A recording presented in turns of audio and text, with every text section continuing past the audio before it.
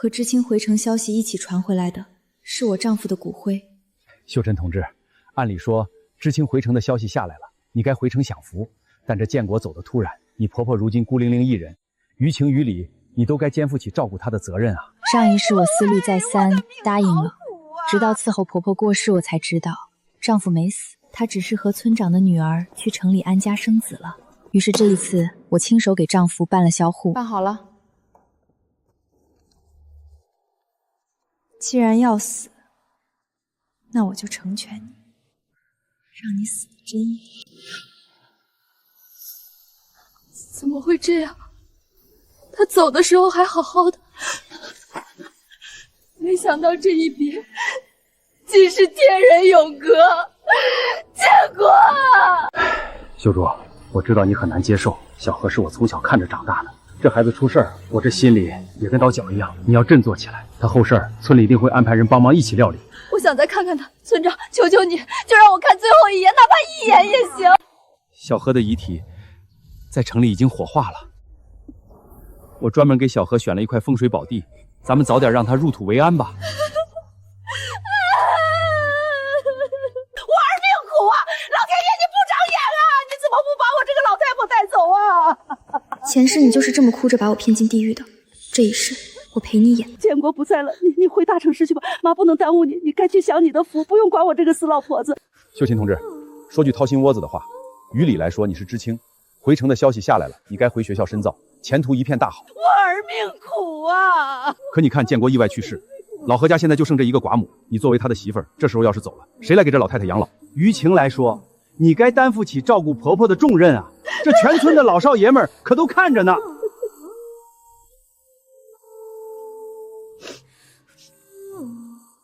照顾婆婆吗？上一世为了这一句有情有义，我放弃了一切留在农村。婆婆患病需要长期吃药，为了赚钱，我还在村里弄了一个鱼塘养鱼。秀琴啊，你婆婆快不行了！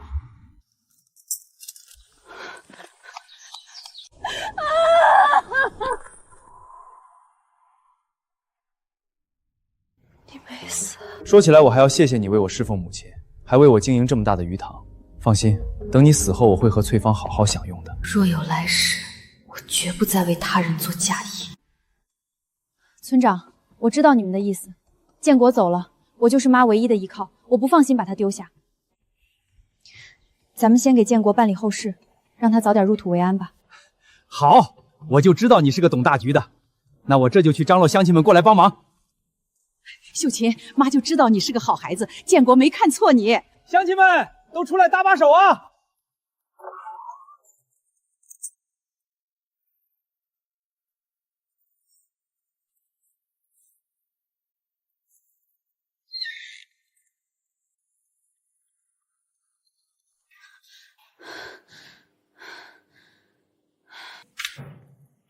同志，我丈夫去世了，我来办销户。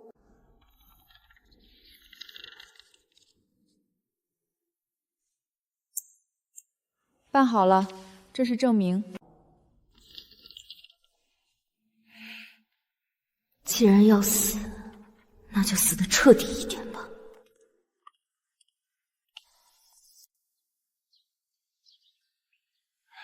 这建国好歹是咱们村出去的，怎么就烧成一把灰了？这死无全尸，以后怎么入土为安啊？是啊，咱农村讲究个完整，这一把火烧了，是对祖宗不敬啊！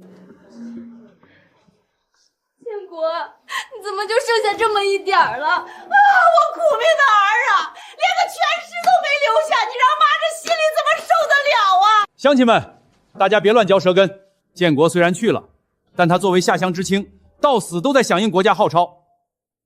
建国临终前有遗言，他说他是知识青年，要带头破除旧习，做一个火化的表率。而且建国那孩子心善，他意外之后身体肢体破碎，他不忍心让咱秀琴让他妈看见他那副样子，才忍痛要求火化的，这是大义啊！大义，表率，婆婆村长，你们真是好算计！为了让儿子跟村长女儿双宿双飞，竟生生骗了我一辈子。妈，村长说的对，建国为了大义牺牲了自己，他为了何家的名声，为了能让大家过得好，连命都不要了。我这个做妻子的一定好好送他走。你既然想当英雄，那我就帮你把这英雄的名头做死在功德体上。秀琴，你能这么想，建国在天之灵也该安息了。前世我任劳任怨一辈子，做牛做马，这一世我要让你们亲手种下的因结出最毒的果。秀琴，你刚刚干嘛去了？快进屋帮忙！建国的事儿等不得，我打算把我给自己预备的那块墓地先拿出来，让他早些入土为安。妈，都听您的，咱们让建国走得稳当。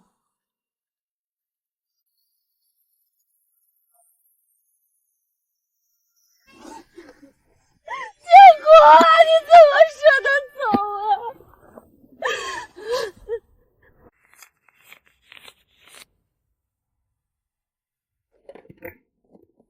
啊？儿啊，妈多攒点儿。你在城里花销大，不能受委屈。前世我心疼他，每一笔礼金都是我拼命赚钱去还，每个月的零花钱我都省给他。结果呢，他们拿着我的钱，占了我的知青返城名额，在城里双宿双飞。唯有村长、婆婆知晓假死真相，全村村民皆被蒙蔽，随礼格外厚重。10块、5块、2块。1000多块。何建国、王翠芳，这钱你们一分也别想拿到。村长，建国这一走，我一个人实在撑不下去了，求村里帮帮我，给我申请一份单亲家庭补助，我实在没办法了。还有，建国走了，这房子、屋里的一切都是他留下的，我想把这些都转到我名下，也算有个念想。秀芝啊，这事儿不好办呐。这房子将来可是要留给自己女儿跟何建国回村住的，怎么能落到秀芝手里？村长，建国早就去了，现在这家里就剩我和婆婆2个孤儿寡母，我还这么年轻，万一以后老了被家族里那些叔伯兄弟赶出门，我上哪儿说理去？我要照顾婆婆一辈子，我总得有个遮风挡雨的地方做保障吧。这房子不转给我，我这心里悬着，怎么能安心给婆婆养老送终？你也知道，我们家以前全指着建国这一个劳动力，现在顶名住他了，我不来申请补助，这日子怎么过？难道您忍心看着我们娘俩迟早被活活饿死吗？秀琴，你先别哭了，这房产转让是大事情，那是何家的祖产，这得问你婆婆同意才行。至于那个补助的事儿，我会帮你去上面申请的。不过你也别抱太大希望，能申请下来多少，那还得看上面的政策。妈，您来的正好。起开，转给你。咱们村打祖辈起就没这规矩，哪有女人继承房子的道理？规矩？谁定的规矩？女人继承自家男人的房子犯法吗？何建国死了，我就是他房子的第1顺位继承人。村长在这儿，你也在这儿一句句逼我，可我呢？我没个房子做保障，万一哪天被赶出门，我怎么活？我还这么年轻，我直接改嫁算了。改嫁？你改嫁了，那谁来照顾我？地谁种？怕了。何建国在城里跟王翠华快活，如果我现在改嫁闹大，他变心荣婚的事儿迟早包不住。我想通了，何建国为什么宁愿假死也不敢离婚？因为他是知青，因为他是知青。如果传出他抛弃发妻，他的名声、他的仕途、他那体面的老实工作，全都得玩完。在这个年代，离婚要被戳脊梁骨，可死而复生要是成了骗局，那是要丢饭碗的。你们想牺牲我一个人换他一辈子幸福，做梦！妈，您说话呀？您是想看我改嫁，还是想留我在家？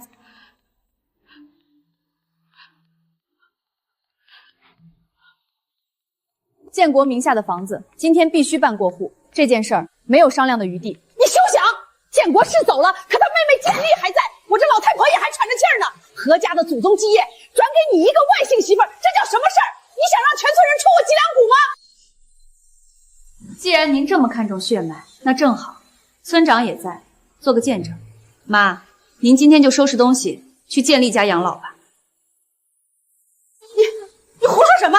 建立都嫁出门多少年了？你也知道她嫁出门了，当初为了给建国攒学费，您对建立是非打即骂。那正好，村长也在，做个见证。妈，您今天就收拾东西去建立家养老吧。你胡说什么？建立都嫁出门多少年了？你也知道她嫁出门了，当初为了给建国攒学费，您对建立是非打即骂。她出嫁那天连头都没回，这些年他回来看过你一眼吗？他恨不得这辈子都死在婆家不回来。村长，你也知道，我婆婆年轻时累垮了身子，现在常年卧床，连口热稀饭都得端到床头。如果您觉得我不公平，那您给指条路，谁来接手这个累赘？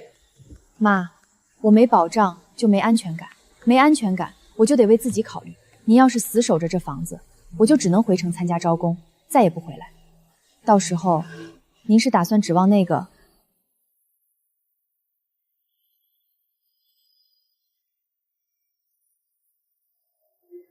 秀珍呐，妈不是不疼你，可我得考虑一下，这房子，这是何家祖祖辈辈传下来的祖宅，我就这么一下子转给你，我怕不好给何家的列祖列宗交代呀。万一哪天我下去了，你公公不得撕了我？妈，活人就别在意死人的看法了。那些列祖列宗要是真显灵，也该心疼您现在没人照顾。您慢慢考虑。不过时间不等人，这知青返城的消息已经传遍了。如果您不想给我个保障，我就只能返城去学校深造了。毕竟我还那么年轻，不能在这儿守一辈子。秀珍，你这话就没良心了。她是你婆婆，哪怕建国不在了，她也还是你婆婆。你读过书，受过教育，丢下她一个孤老婆子不管，这传出去，你回城能抬得起头？而且我实话告诉你，返城的名额都已经报到公社去了。你现在想返城已经来不及了，你就安安心心留在村里照顾好你妈。来不及了，是名额已经写了你女儿的名字吧？村长，大道理我都懂，可我一个人确实爱莫能助。要不然您看看号召一下村委会，大家伙集思广益，想想怎么帮帮我婆婆。另外，我有点纳闷儿，咱们这片下乡的知青拢共也就没多少个吧？返城名额究竟有几个？谁上谁下？难道不是按照当初的表现来吗？除了我，还有谁的名额是已经板上钉钉了的？秀成啊，我知道你心里不舒服，可这返城的事儿是学校那边直接提交的名单，具体怎么定的，我这当村长的也确实不是很清楚。不清楚，怕是表格上每一个字都是你亲自斟酌的吧？行了，秀晶，你先回去吧，你也得给妈留点喘气的时间。房子的事儿，我再和村长好好商量商量，毕竟那是何家的祖宅，我一个人说了也不算。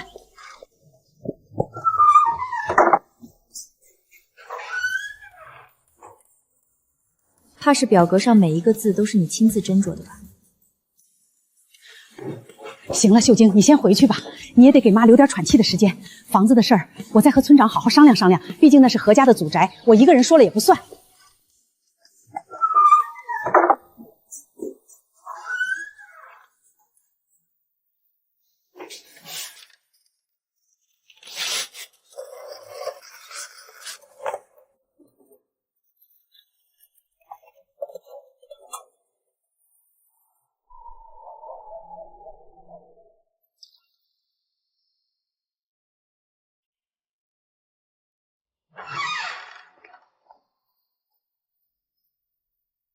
秀晴，秀晴，你怎么没做饭？这都几点了？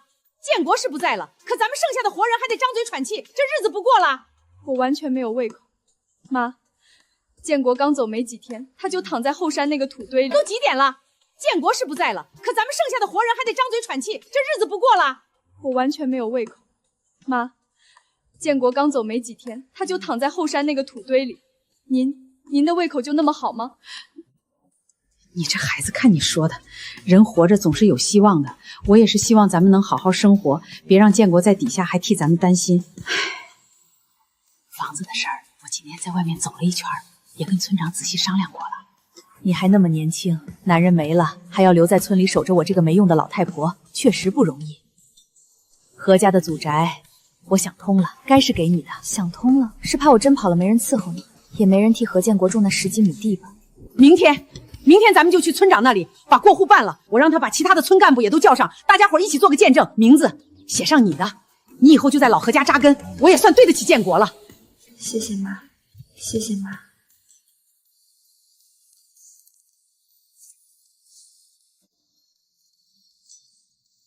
秀芝，既然大家都签了字，这房子以后就归你了。何建国走了，你得守好这份业。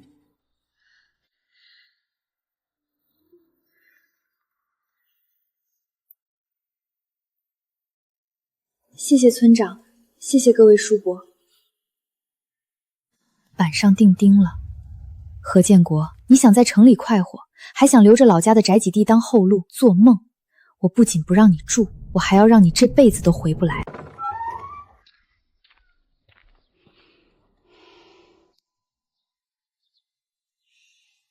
名字改了，你这心总该安稳了吧？妈，我也是为了咱俩能有个指望。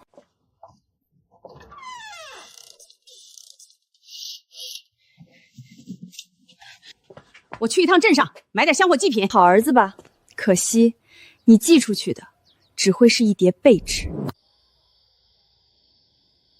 落叶归根，何建国，我要让你这片叶子在外面烂透了也找不到根。你这个毒妇，你把我儿子的户口给注销了！你居然把我儿子销户了！妈，大半夜的您这是怎么了？吓死我了！销户？你真的把我儿子的户口给注销了？你凭什么？你凭什么背着我去销户？是啊，妈，办事处的同志说人都火化了，这户口当然得销了，留着也没意义啊。再说您不是一直愁咱们家往后的日子没指望吗？我去镇上打听过了，像咱们这种情况，只要销了户，就能去申请单亲家庭补助。单亲补助，办补助必须要提交死亡证明和火化证明的，如果没有销户，证明就没法正式入档，那钱咱们一分也拿不到。那也得跟我商量，那是建国的，那是他的身份。妈，我这不是看您这2天为了办丧事太累了吗？想替您分担分担。多亏了村长，要是没他费心，咱们上哪儿去弄这镇医院的死亡证明？还有火化场那张火化证明，村长本事真大，这些有效证明开得利索丝丝。要是没他帮这个大忙，建国这户口恐怕还没这么容易消掉呢。妈，我这不也是为了咱家好吗？您这么晚闯进来，劈头盖脸就骂我毒妇，我到底做错什么了？我给建国销后，您为什么那么生气啊？你为什么不问问我就擅自做主？这种事怎么敢自己一个人去办？建国即便要销户，那也得是我这个当妈的去。你凭什么夺了我的权利？妈，您看您这话说的，您一把年纪了，腿脚又不灵便，这种跑腿磨嘴皮子的事儿，我这个当媳妇的不去，难道还真让您去镇上折腾？我是建国的结发妻子，名正言顺的何家儿媳，丈夫没了，妻子去销户领取补助，这是天经地义的事儿。难道我还没有资格给自己的丈夫销户？再说了，妈，这火化证明和死亡证明不都是您亲手拿出来的吗？人既然都已经火化了，这户口本上留个死人的名字，除了招晦气，还能有什么用？销户不是很正常吗？难道您心里还存着什么别的念头？觉得建国还能死而复生不成？叫吧，闹吧，你越是心疼你的宝贝儿子，我就越要把他在法律上的生路一寸寸掐死。好了，妈，我知道建国没了你心情不好，老人家念旧，舍不得那张纸。来，可反正不销也销了，镇上入档翻不了案，建国人都没了，翻不了案，建国人都没了，化成灰了，留这个户口除了占地方也没什么用，你说是吧？老太太，查无此人。何建国这个名字在系统里已经注销了，钱汇不过去。你懂什么？你这是要断了他的……好了，妈，别梦话连篇了，快去睡觉吧，明天地里还有活呢。瞪吧，你就算瞪出血来，也改不了他是个死鬼的事实。被销户后，何建国就成了一个真正的死人，法律不认你，国家不认你，你连空气都算不上。别说知青返城了，你现在就是想去城里租个巴掌大的窝，都只能是个见不得光的黑户。房子没了，儿子的命也没了，法律上的死人，我这上辈子做了什么孽啊？死人好当，只需两眼一闭，只需两眼一闭；活人也好当，坦坦荡荡。可这活死人，滋味可不好当啊！妈，您就指望那盒钱救命了吧？也不知道他什么时候才会发现，盒子里的那笔钱早已经被我替换成了纸张。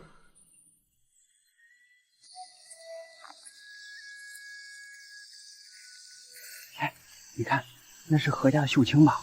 这建国才走几天啊，这地都荒成什么样了？谁说不是呢？想当初秀翠刚来咱们村那会儿，可是城里的小学老师，文质彬彬的，是咱们这儿唯一的文化人。可惜了，当初跟何建国结了婚，为了这老何家，又是种地又是挖鱼塘，生生把那双拿粉笔的手折腾得满是老茧。是啊，原本我该在教室里教书育人，却被一个谎言困在了这里一辈子。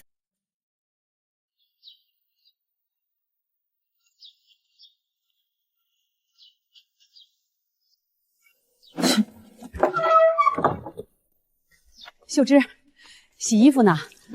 这2天没谁来找过建国吧？或者没谁打听户口的事儿吧？妈，您这几天天天往外跑，到底在忙活什么呢？建国人都化成灰了，户口注销那是正经流程，还能出什么岔子？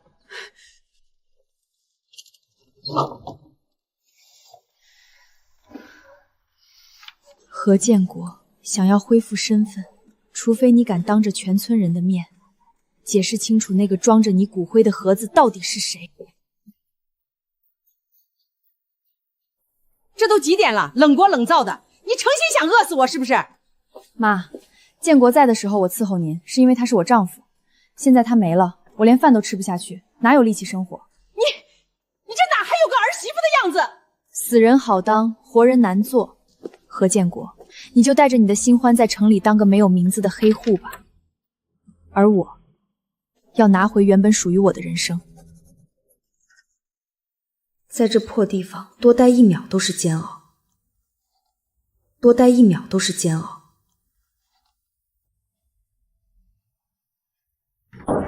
婆婆，既然你横竖看我不顺眼，那我也没必要给你留前面。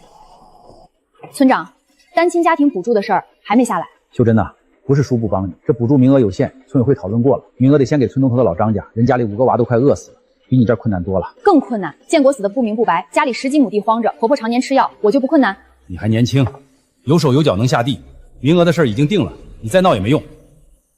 补剧，怕是这笔钱早就进了王翠芳的口袋，给她在城里买皮鞋了吧？大爷，这车要吗？这可是名牌自行车，真卖？卖。这个也卖，这个也卖，还有这个也卖，还有这个。闺女，这可都是家底儿啊，你不留着过日子了？这房子都要塌了，还要家底儿干什么？秀芝，快死出来给我倒水，累死我！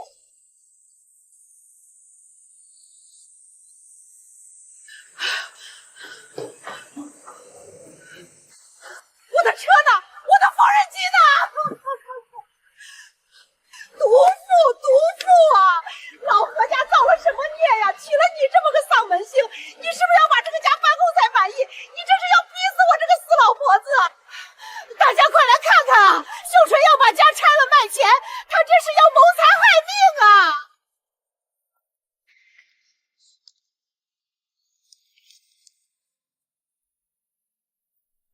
这只是个开始，这只是个开始。哎呦喂，我这是造了什么孽呀？我不活了！这秀芝平时看着挺老实的，怎么心这么狠？建国才走几天啊？家里的东西全给搬空了，这老太太以后怎么过啊？真是不像话！大家伙快来看看啊！这就是何家娶回来的好媳妇儿，你这是要欺负死我这个死老太婆！你把家里翻了个底儿起，连块板凳都没给我留，你卖得干干净净，这是要让我睡一地吗？你说话呀！你是不是要逼死我才甘心？地里的庄稼枯了你不管，家里的活你一个指头不碰，这就是你答应建国照顾我的方式吗？你这就是诚心想磨死我，这就是你的不对了。再怎么样，那也是你婆婆，我怎么那么苦啊？老天爷你不长眼啊？怎么不把我带走，留着我让这丧门星折磨？你怎么那么恶毒啊？你这是要让建国在底下都不得安生啊？你这个毒妇，你把我们何家害惨了！真是造孽啊！叫吧，哭吧，你叫得越响，等会儿真相撕开的时候，这把火就烧得越旺，这把火就烧得越旺。你这个克夫的玩意儿！当初进门我就该看出来，是你克死了建国。我儿子死的不明不白，你现在又要慢慢折磨死我！你不给我饭吃，还背着我偷偷把建国的户口给销了！大家伙评评理呀！我嫁过来这几年，何曾过一天好日子？建国这一走，撒手不管了，家里的10几亩地，我一个人怎么干得过来啊？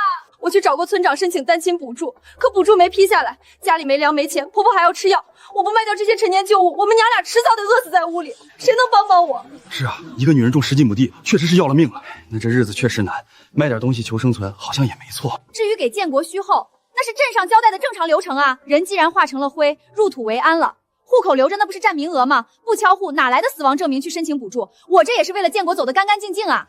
老太太，秀晴说的也有道理。老太太，秀晴说的也有道理，这都是为了过日子。大家看看，这是建国办事时乡亲们一笔笔随的礼金。当初这些钱全被我婆婆一个人锁在铁盒子里收着，她防我像防贼一样啊，却连买菜买米的零钱都不肯往外拿。我饿得发晕，婆婆还说没钱买粮，我只能卖了缝纫机铁笔吃的。卖货的钱我全都留着，1分都没敢乱花，全在这里。这当妈的怎么能这样啊？1000多块礼金都收着了，还不给儿媳妇钱吃饭？这老太太心也太沉了，这是要把儿媳妇往死里逼啊！妈，卖东西那几个字全在这儿了，我也是为了咱们娘俩能继续活下去着想啊。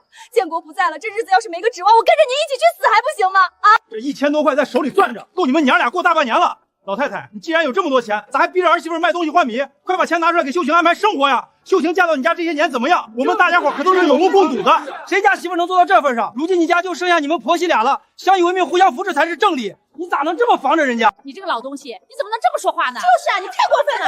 你们什么钱呢？那1000块钱，你们什么钱呢？那1000块钱是我留给自己的棺材本，我不留着，万一哪天我病了残了，谁管我？我告诉你，我这钱谁也别想拿走，外人永远是外人。他姓秀不姓何，难道他还会真心为我碰成？等我把钱交了，他转头回了城，我上哪儿哭去？你们光说他好，你们知不知道他背着我偷偷跑去把我儿子的户口给销了？这种大事连个招呼都不打，他眼里还有没有我这个婆婆？他这是想断了建国在老何家的根啊！就是要你当众承认，你手里攥着这笔钱，1分都不想给我。妈，您口口声声说我不懂规矩，可是规矩是死的，人是活的呀！我之前一字一句跟您说的清清楚楚。建国走了，咱们家断了粮，要去上面申请单亲家庭补助。办事处的同志说了，没死亡证明不行，不销户更不行，那是国家法定的程序啊！乡亲们评评理，建国人都化成灰了，我不去萧林，难道还要留着那个户口本上的名字，让他在阴间也回不来，在阳间也拿不到1分钱补助吗？是这么个理儿，这人既然没了，户口不销留着干啥？秀晴这是为了过日子，老太太你咋想不明白呢？秀晴这是为了过日子，老太太你咋想不明白呢？妈，我就纳闷了，既然建国人都已经入了土了，您为什么一直为了销户这件正常的事儿把我骂成毒妇？难道建国还没死？他死了，我还不能销户口了？什么没死？对呀，老太太，你既然说他是表率火化的，连个尸首都不让人看，现在儿媳妇销户，你又这么大反应？你胡说什么？你这个满嘴喷粪的疯婆子！我倒是希望我儿子没死啊！要是建国还活着，他怎么舍得让他亲妈被你这么个毒妇欺负？老天爷啊，你怎么不把我带走啊？要不然我怎么会任由着你在这儿当着大家伙的面往我心口捅刀子啊？怕了吧？何建国不仅在法律上死了，在大家的心里，他也必须得死得透透的。妈，既然大家伙都在这儿，咱们就把话说明白。这往后的日子总得过，咱们就把话说明白。这往后的日子总得过，家里没个进项，您把那本礼金册子上的钱拿出来吧，以后家里的钱我来规划。您现在不赚钱，年纪也大了，吃穿用度全指望我这一双手。马上就要开春播种了，我得拿这笔钱去镇上买些种子回来。总不能让建国留下的这10几亩地就这么长了荒草吧？老太太，你还愣着干啥？秀晴说的在理啊！现在你们婆媳俩相依为命，这钱给秀倩规划着，买点种子，再买几只金鸭养着，以后你们的生活才有保障啊！就是，秀倩这么能干，你把钱攥在手里发霉吗？快拿出来呀！那钱我还没……钱恐怕早就飞到王翠芳那个贱人手里了吧？只可惜你现在就算想拿，也拿不回来。乡亲们，大家伙都看见了吧？我婆婆这是像防贼一样防着我啊！打从建国办事那天起，那礼金我就连看都没看过一眼。之前家里的钱全都是建国管着，他这一走办丧事也花了不少，可剩下的这1000多块，婆婆宁愿让他们烂在土里，也不肯让我碰1分钱。妈，您到底是想过日子还是想逼死我？1分钱都不想落到我手里，难道您真的指望我和西北风去种那10几亩地吗？这老太太也真是，兜里揣着1000多块，眼睁睁看着儿媳妇卖嫁妆。老太太，快把钱拿出来吧，现在就你们娘俩了，你把钱攥死了，这日子还过不过了？哎呦喂，没法活了！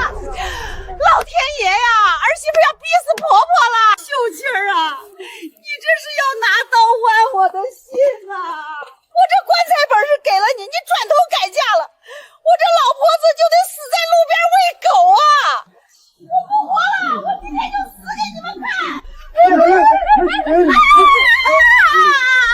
行了行了，人家家务事咱劝不动，走吧走吧。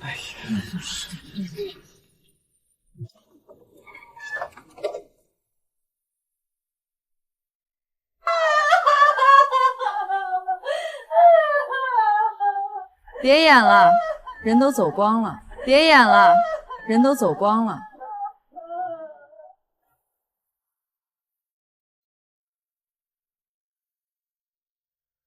我儿子死了，你就这样欺负我，你满意了吗？毒妇，背着我销户，又当着全村的面逼我拿钱。秀玲，我以前真是小看你了，你这是要吸干何家的血啊！吸血，比起你们前世对我做的事，这不过是收点利息。妈，您说我是毒妇，那您儿子他真的已经死了吗？你这话什么意思？没什么，随口问问。毕竟这火化的太快，我这个当媳妇儿的连脸都没见着。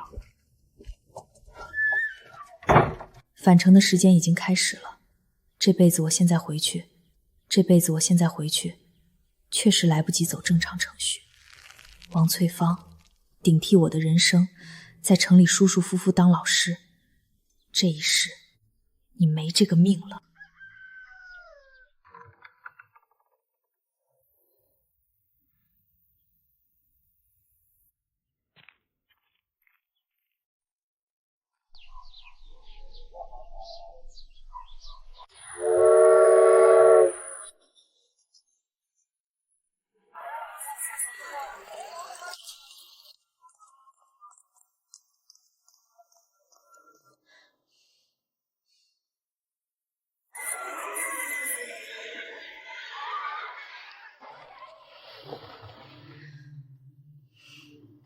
王翠芳，若不是前世你与我炫耀，我还真不知道你现在在哪里。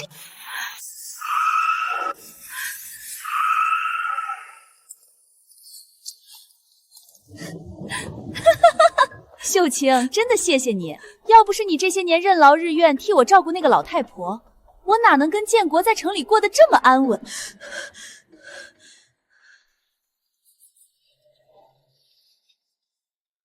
王翠芳，要不是你前世太得意，亲口告诉了我单位地址，我还真找不到你。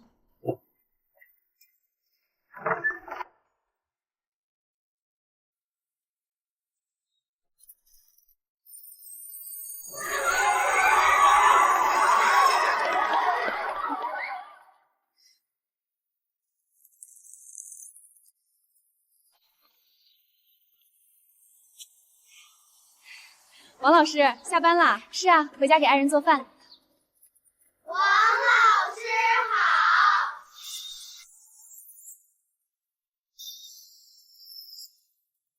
同学们好，回家路上要注意安全哦。王老师，王翠芳，你穿着我的衣服，顶着我的名额，偷走我的人生，竟然能笑得这么心安理得。笑，你现在笑得有多大声？待会儿我就让你哭得有多惨。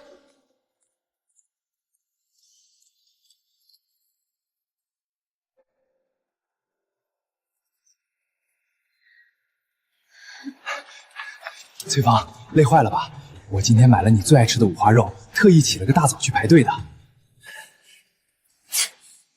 买个菜也要拿出来说，动作磨磨唧唧的，赶紧走，这校门口熟人多，别在这儿碍眼。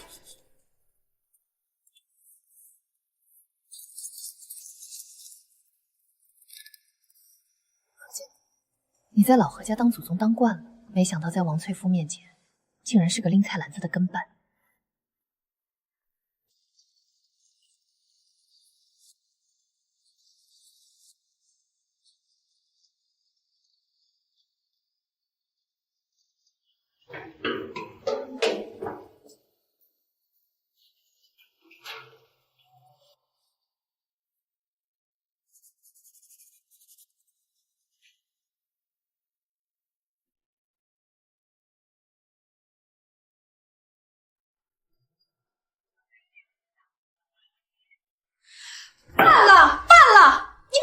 在办了，我能等？学校能等吗？你要是无法进学校工作，我们以后还过什么好日子？难道让孩子生下来以后，让他看着一个一事无成的父亲，让他跟着你受穷吗？你当初怎么跟我爸保证的？老婆，你别动了胎气，你再等等。岳父那边已经说了，只要再等等，我的户口一定能补上的。等多久？1个月、1年？要是户口补不上，你就得滚回农村去！我也没想到那个贱人会发疯，谁知道秀芝那个疯婆子竟然会跑去把我的户口注销了。老婆，我也不想这样，你放心，等户口补上了，咱们的好日子还在后头。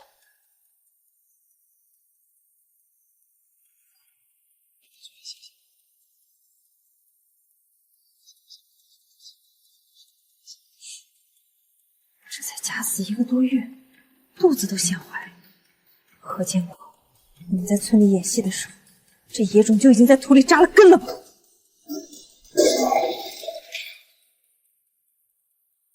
你看看，这就是你那个好妈，这口口声声说给咱们寄钱救急，你看看这是钱吗？寄来一盒废纸片，他是老糊涂了，还是诚心拿咱们当猴耍？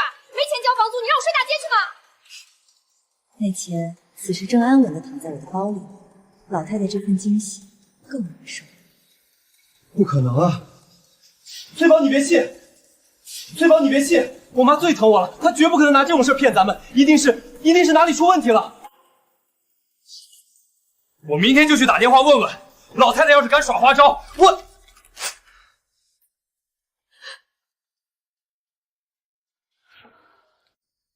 何建国，你看看这满地的烂纸，再没有钱，明天的房租咱们拿什么交？难道你真的打算让我拉下这张脸去跪着求我爸？我爸当初怎么说的？他说你就是个农村出来的土包子，根本没前途。你以为他愿意让我跟着你冒这种杀头的险？何建国，你就是个丧门星！原来这场瞒天过海的假死是为了给这个野种腾位置。何建国，你为了那点前途，还真是舍得下血本。老婆，翠芳你别气，千万别动了胎气。翠芳，房租的事儿我会想办法，我这就去联系以前的老同学，我去借，总能凑出来的。借？你现在的样子连自己都养不活吧？当初我让你直接跟那个女人离婚，你非不肯；你说怕坏了名声，怕影响仕途，非得想出个假死的馊主意。怕坏了名声，所以你就心安理得的让我当寡妇，让我替你守寡种地，让我全家像狗一样伺候你妈。现在好了，户口被那个贱人给注销了。何建国，要是再补不上户口，你学校那份老师工作也保不住，到时候我就直接打掉孩子回娘家，这烂摊子你自己守着吧。回娘家，王翠芳，恐怕你那个村长爹现在也自身难保了。名声，你当初说为了名声不离婚，结果呢？现在你是个死人，死人还有什么名声？你以为我不想离婚吗？在这个节骨眼上，我如果背个离婚的名声回城，学校怎么看我？公社怎么看我？离婚对我的前途和名声都有毁灭性的影响。放心吧，那贱人销户只是暂时的麻烦，我明天就打电话回村里，找借口把户口补上，再去派出所补办户口，那就是分分钟的事儿。到时候我依然是那个光鲜亮丽的何老师。看来我这步棋走对了。看来我这步棋走对了，销了户，你们的人生轨迹就彻底歪了。原来你还没进学校任职，补办说的轻巧，这房租这生活费，你打算让肚子里的孩子跟你一起喝西北风去等那个户口吗？这样的渣男，要是让你在城里继续过着前世那样体面恩爱的日子，那才是我最痛苦的事儿。我倒要看看，没了钱，没了那份体面的工作，你们这对真爱还能不能像前世那样恩爱如初？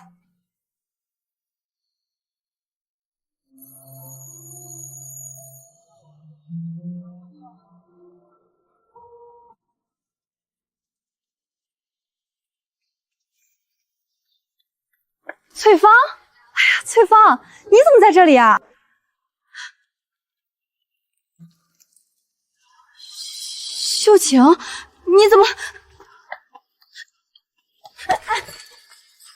跑什么呀？咱们一个村出来的，在城里见了面多亲切呀！我刚才没看错吧？你是从学校里出来的，翠芳，你在学校工作？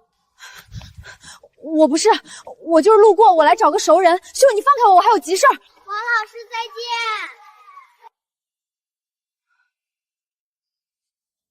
王老师，看来这熟人找的挺深啊，都找成老师了。是临时帮忙。秀春，你又是怎么会在这里的？翠芳，咱们村谁不知道你以前最讨厌看书了？我就纳闷了，你是怎么进来学校工作的？我就是正好学校缺人，我来顶个班。顶班？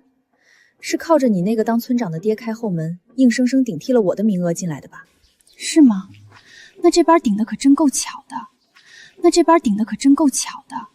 名额正好就落在你头上了。对了，有个事儿你还不知道吧？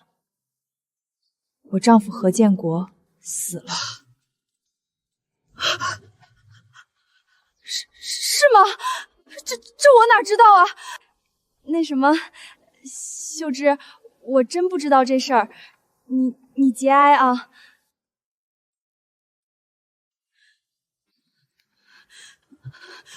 我家里还有火，我还有事儿，先走了。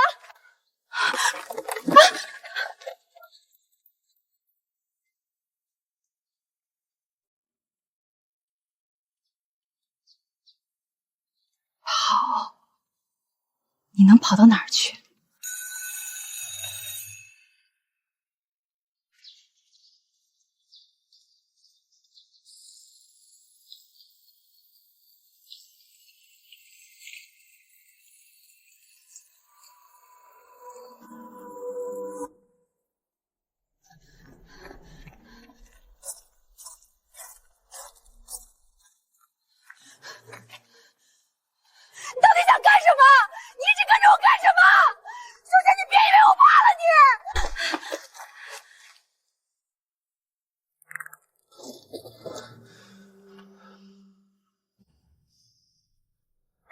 你谁啊？敢动我！是你，秀琴。何建国，看你这反应，是没在那骨灰盒里住习惯。你不是在全村人面前死透了吗？怎么这大白天的还死而复生了？你认错人了，我不认识你。快走，遇上疯子了！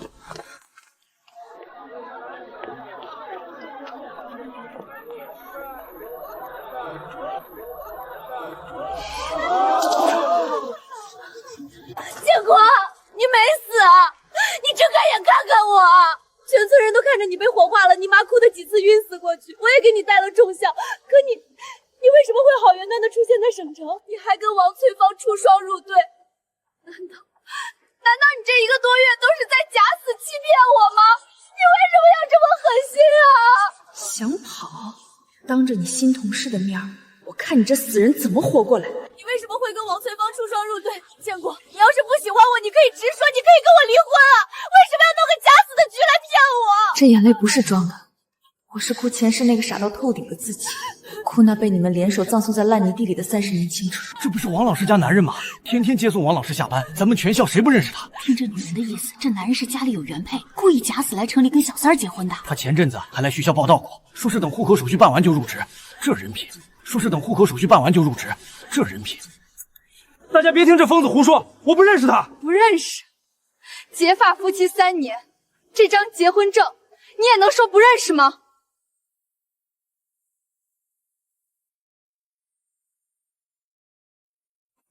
我们结婚3年，3年里我下地种粮、挖鱼塘养家，伺候你妈像伺候亲娘一样。何建国，你摸着良心问问，你怎么能说不认识我？大家伙帮我看看，妈在村里说她被车撞死，连骨灰盒都抱回来了，丧事办了，纸钱烧了，全村人都以为她成了灰，可她怎么会好端端的站在这儿？哎呦，照片上还真是这男人，一模一样。假死，这种瞒天过海的损招都想得出来，这还是人吗？你为什么要说不认识我？我是你3媒6聘领了证的结发妻子啊！难道你编造出假死这种丧天良的谎言，就是为了逃避责任，就是为了跟王翠芳名正言顺的在一起吗？王翠芳，你敢不敢当着大家的面说实话？你是不是已经怀孕了？为了给这个还没出世的孩子腾位子，你们就要让我守一辈子活寡。何建国，你为了这一场苟合，连命都敢作假，你怎么能这么对不起我？怪不得王老师最近老穿宽松衣服，原来是猪胎暗经，连脸都不一样。假死出轨，这2人真是天造地筑的黑心肠。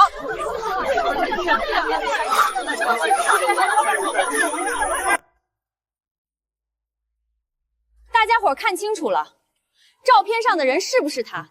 印章是不是公社盖的？我不认识你，你这纯粹是污蔑，是诽谤！大家别听这疯子胡说八道，这结婚证是假的，是他不知道从哪弄来伪造的，我不认识他。污蔑、诽谤，何建国，你为了这一身体面的衣服，连你亲妈，连这盖了红戳的法律都不认了，白纸黑字盖着红戳。何建国，你摸着良心问问，你怎么能说不认识我？王翠芳，咱们可是从小一个村长大的，我当你是姐妹，你当我是什么？你怎么能把我男人骗到城里，让我一个人在村里？你让我以后还怎么活呀？不是我，不是我，你认错人了，我不认识你。美安诺，草民你，大家别听这疯子胡说，这证件肯定是伪造的，我根本不认识他，这都是假的。走什么走？话没说清楚，谁也别想走。人家结婚证都亮出来了，照片上跟你长得一模一样，你说是伪造的，那你拿个证据出来啊！对啊。王老师，既然有人找上门了，咱们当老师的得讲个清白。这事要是说不清楚，学校的名声可全毁了。这是谁啊？知道啊？这是干什么？好，你说我是伪造，你说你不认识我，那这个呢？我真的以为你死了。你妈说你被车撞得血肉模糊，连见都不让我见一面就直接火化了。我抱着你的骨灰盒回村，我给你披麻戴孝，我守了你整整1个月的灵。我还怕你在底下没个交代，怕你成了孤魂野鬼，我哭着喊着求公社，亲自去派出所给你办了销户。没想到啊，你居然在这城里活得好好的，穿着皮鞋搂着新欢，甚至连孩子都有了。建国，你为什么要骗我？为什么要编造出假死的谎言，把你变成一个活死人，却不告诉我真相啊？我的妈呀！却不告诉我真相啊！我的妈呀！连销户都骗儿媳妇去办，这是要把人往绝路上逼呀！为了名声不敢离婚，居然搞假死这一套，真够黑心的。我就说嘛，何老师这入职手续怎么拖了这么久都没办下来？每次问他，他都支支吾吾说户口出了点小问题。原来这问题在这儿呢！什么出问题？为了抛弃糟糠之妻，连假死这都能想出来，真够黑心了！怪不得王老师一直藏着掖着，这事让学校知道他嫁了个死人，还是抢来的，这脸往哪儿？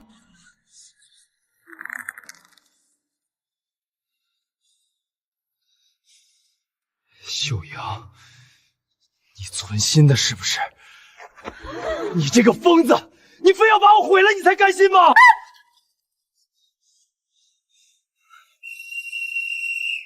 干什么呢？都聚在这儿干什么？保卫员同志，你们可来了！这儿有个丧失天良的假死骗婚，把自己老婆害得好苦啊！涉及身份造假和骗婚举报，涉及身份造假和骗婚举报，都跟我回去说清楚。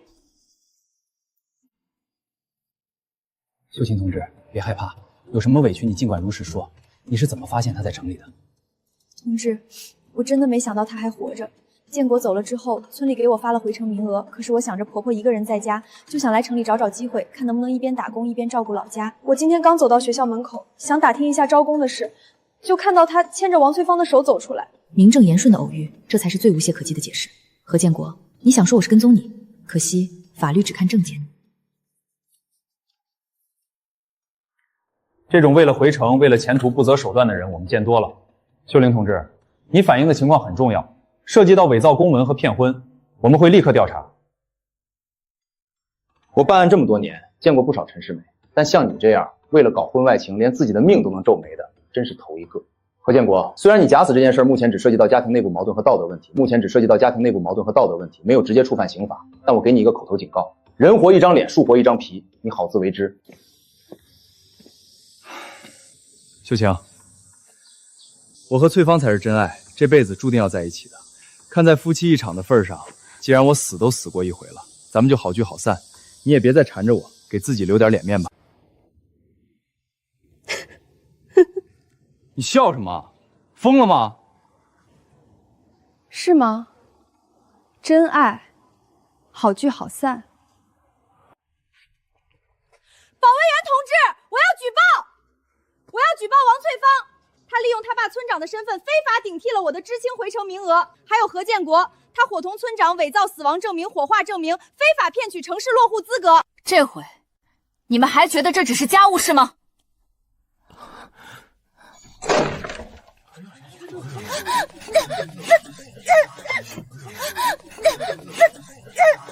啊！放开我！秀贤，你这个疯子，你放手！你胡说，你没证据，没证据。我还举报村长伙同镇医院和火化厂，在何建国根本没死的情况下，非法开具死亡证明和火化证明。他们在镇医院、火化厂均有人脉，只要一笔账，谁也跑不掉。涉及顶替名、虚死亡登记，这已经不是家务事了。小王，立刻立案，查封相关证明材料。秀玲，你这个贱女人，你非要毁了我才满意是不是？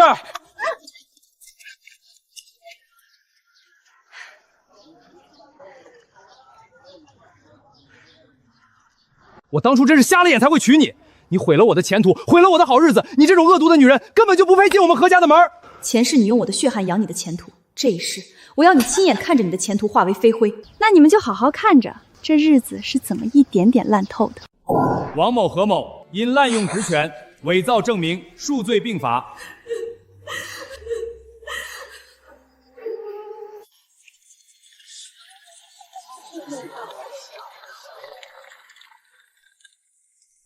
退钱！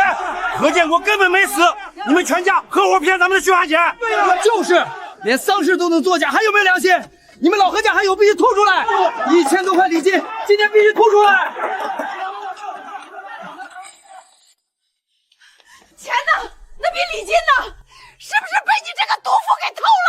我给翠芳寄过去的铁盒子为什么是个空盒子？里面全是碎报纸。你说是不是你干的？你把那钱藏哪儿了？妈，这种没影的事儿，我怎么会知道呢？那铁盒子一直藏在您的床底下，您不是防我防得像防贼一样吗？既然是空盒子，说不定是您老人家自己年纪大了记差了，万一是您存了私心，想偷偷留着那笔钱，等哪天给自己买口像样的棺材也说不定呢。您说是吧？前世你拿这笔钱给他们买前程，这一世你拿这笔钱给他们买前程，这一世这笔钱就是送你们下地狱的盘缠。秀钱，你有必要做的这么绝吗？咱们好歹夫妻一场，你非要把我往死路上逼，门儿都没有。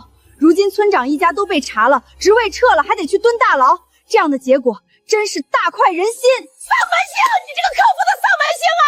老何家娶了你，真是倒了8辈子的血霉，你把我们全家都害惨了！你这个毒妇！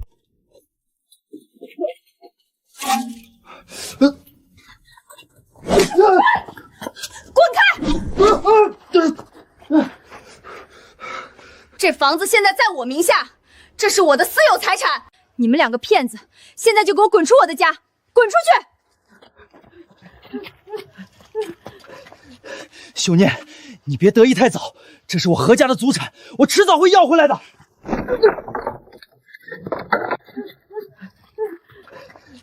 秀念，你别得意太早，这是我何家的祖产，我迟早会要回来的。秀芝同志，材料我们都核实过了，虽然宅基地属于集体，但地上的房屋确实你婆婆自愿转让，手续合法，在这村里谁也不能欺负守法的知青。谢谢村长，有您这句话，我这心里才算踏实。村长，我们要拿回自己的房子，这女人抢房，何建国，看清楚了，这是你妈亲自签字盖印的过户公告。村长，那是缓兵之计啊！我是怕他跑了没人种地才哄他的，我哪想到他真抢啊！哄人也不能拿法律当儿戏，法律只是字据不是戏。翠芳，开门啊！妈受不了冷，让我们进去借住几天，哪怕是柴房也行啊！借住？何建国，你还有脸来求我？翠芳，咱们不是还有孩子吗？孩子我已经去打掉了。何建国，你现在是个死人，房产也没了，名声也烂了，我凭什么跟你吃苦？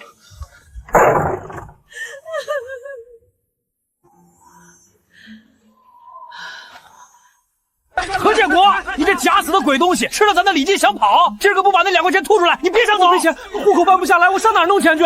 没有新户口，你连一张介绍信都开不出来，这辈子你就当个见不得光的流窜犯吧。丧门星，要不是你非要勾搭那个何建国，咱们家能被抄了，我能被撤职。别说了，我走还不行吗？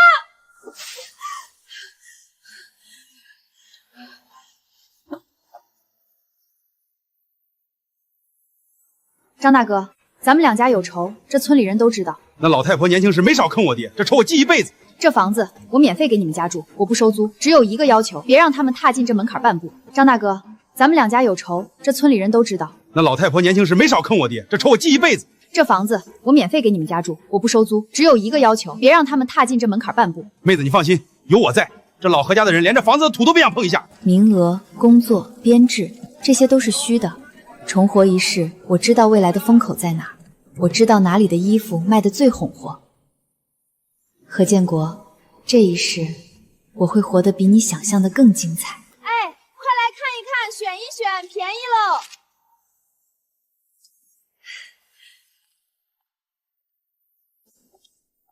秀总，这几家分店的上季度财报已经汇总好了，放办公室吧。两世为人，我终于明白，与其把命拴在虚伪的承诺上，不如把钱攒在自己手里。爱自己才是这辈子最稳赚不赔的生意。秀晴妹子，爱自己才是这辈子最稳赚不赔的生意。秀晴妹子，这些年多亏你把这房借我住，我攒了不少钱，还是想名正言顺的给家里孩子当个根。张大哥，这房给你，我放心。秀晴啊，你在城里扎了根，成了大老板，还不忘咱村的情分，好样的！这村子我也没什么留念了。妹子，喝杯茶再走吧。你不知道，那何建国算是彻底把自己给作死了。他还没办下户口。办？他拿什么办？他当初为了婚外情搞假死，死亡证明那是红头公章盖得死死的，现在想要死而复生。派出所的同志说了，系统里查无此人。那几年户口补办多繁琐啊！他又是个出轨假死的负心汉，每次去申请，那些办事员一听他的名字都嫌晦气，加上他之前在学校报道又被开除的档案里全是污点，谁敢给他开证明？死人好当，活人难做。何建国，这就是你自找的公死了。听路口在城里当黑工，受尽了欺负，连张证明都拿不出来的日子，过得比狗都憋屈。在城里当黑工，受尽了欺负，连张证明都拿不出来的日子，过得比狗都憋屈。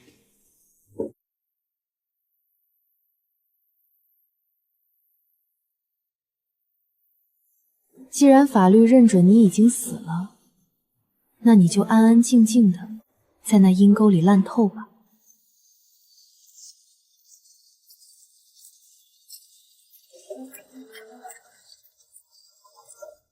拿着，滚吧。工头，这不对吧？别人1天3块，为什么只给我1块5？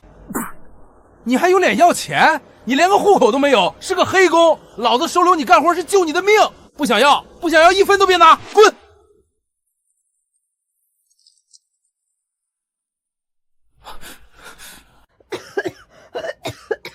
儿啊，饿，我渴，咱们回老家。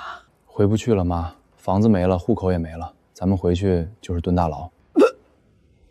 连介绍信都没有。我是何建国，我没死，我真的没死。档案显示你几年前就火化了，看在你母亲确实离世的份上，局里可以出钱帮你火化，但你没有合法房产和户籍，骨灰没地方入土。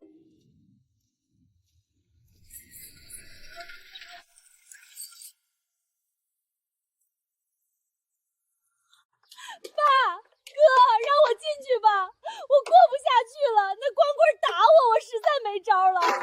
滚！你还有脸回来？要不是你非要跟那个何建国搞在一起，老子的姑能掉，咱家能一落千丈。丧门星，快滚，别连累我们！